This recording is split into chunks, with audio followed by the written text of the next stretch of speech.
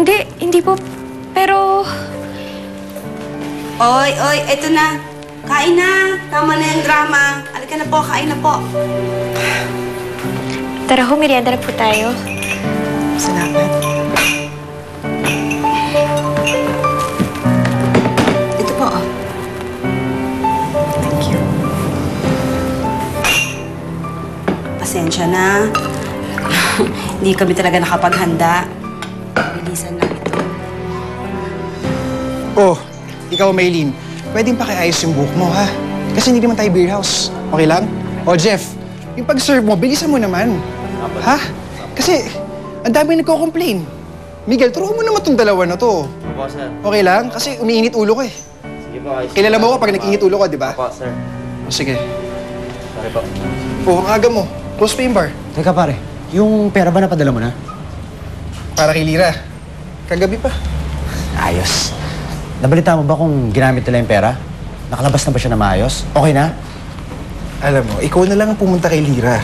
Di ba? Kung talagang gusto mo malaman. Total, pogi pa yung pagtulong mo sa kanya. Wala nga akong gusto sa kanya. Ha! Binigyan mo ng 20,000. Ewan ko sa'yo. Tinutulungan ko si Lira dahil nasa kanya yung puso ni Angeline. Yung puso sa katawan ni Lira yung tinutulungan ko. Hindi si Lira. Sabi mo eh. O paano?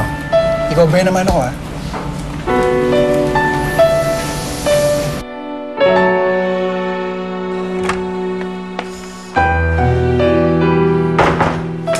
Oh, sundian niyo ah. Ano ka ba naman?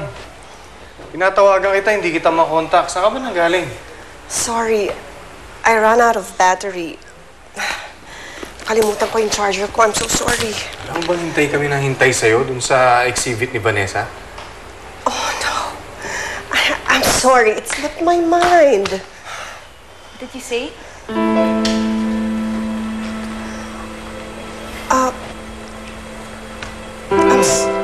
Paano mo makakalimutan yun? Tinawagan pa nga kita eh, para ipaalala sa'yo eh.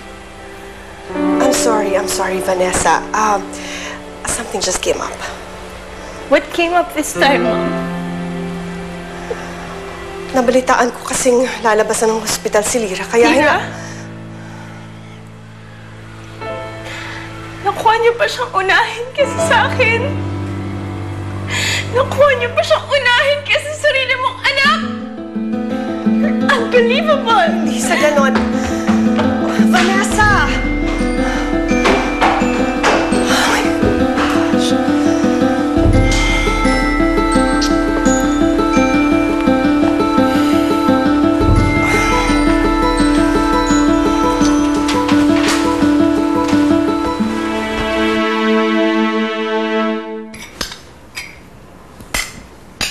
Hoy, Ha? ba't di ka kumakain? Ba't ka nakatulala dyan? Wala ho. Iniisip ko ho kasi yung kinuwento sa akin ni Ma'am Roxanne kanina. Bakit? Anong kinuwento niya?